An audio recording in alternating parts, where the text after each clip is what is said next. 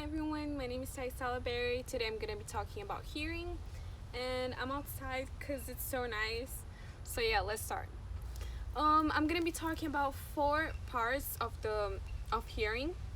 The first one is sound waves, the second one is parts of the ear, the third one is theories of pitch, and the fourth one is deafness. So let's start with the first one, obviously.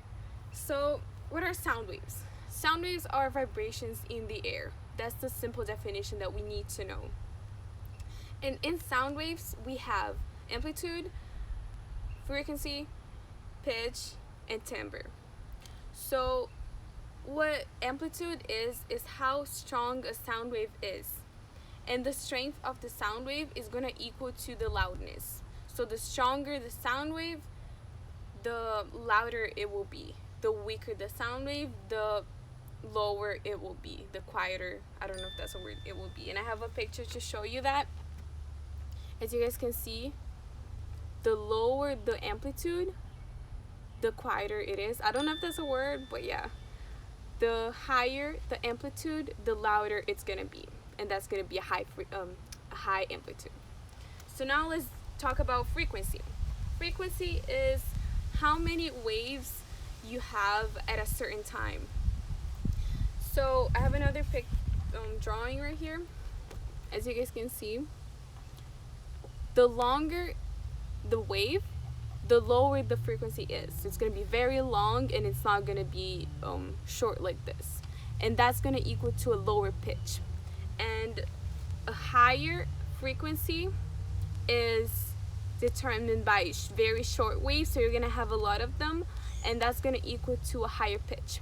So what the pitch is that it's determined by the frequency. So they're like together, they're like this, because the higher the frequency, the higher the pitch. The lower the frequency, the lower the pitch. So they're pretty much the same. And the pitch is also determined by the length of a wave. I also forgot to mention the timbre, and the timbre is basically how complex a sound wave is. So yeah. So for parts of the ear, we have three different parts in the ear: the outer ear, the middle ear, and the inner ear. The outer ear is the outside area of the ear and a little bit of inside, which includes the auditory canal. So when we hear something, a sound wave comes through our outer ear right here, and then it goes through the auditory canal to the eardrum in the middle ear. After that, in the eardrum vibrates, and it sends the vibrations to the tiny three bones, smallest bones that we have in the ear, which I'm sorry for pronouncing this wrong, but I'm pretty sure that's how you pronounce it, but I don't know. The hammer, the stirrup, and the anvil. Yeah. After that, the three little bones, which they should be right here. I'm sorry, I'm not a good drawer. They send the vibrations to the inner ear, to the cochlea. In the cochlea, we have a chamber called organ of Corti. And in the organ of Corti, we have hair cells called cilia, which is also attached to the basilar membrane, which should be, I can't find it, right here. Basilar membrane creates like an impulse, which creates the auditory nerve, and then it sends that vibration to the auditory cortex in the temporal lobe. So yeah, that's all happening right now to you because you're listening to me, which is pretty weird. Not that you're listening to me, the part that all of that, never mind. Anyway, now we're gonna talk about pitch theories.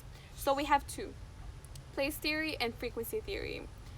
Place theory is the place in the basilar membrane that is stimulated by a pitch, usually a high pitch, and frequency theory is the speed that a nerve impulse travels through the auditory nerve, and it's usually low pitches. And then we also have one more thing, which is the Vallée principle. I don't know how to pronounce it. I think it's Vallée principle.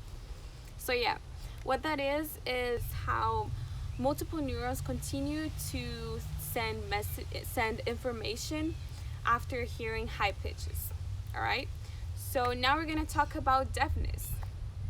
All right, so we have two types of deafness. This is four.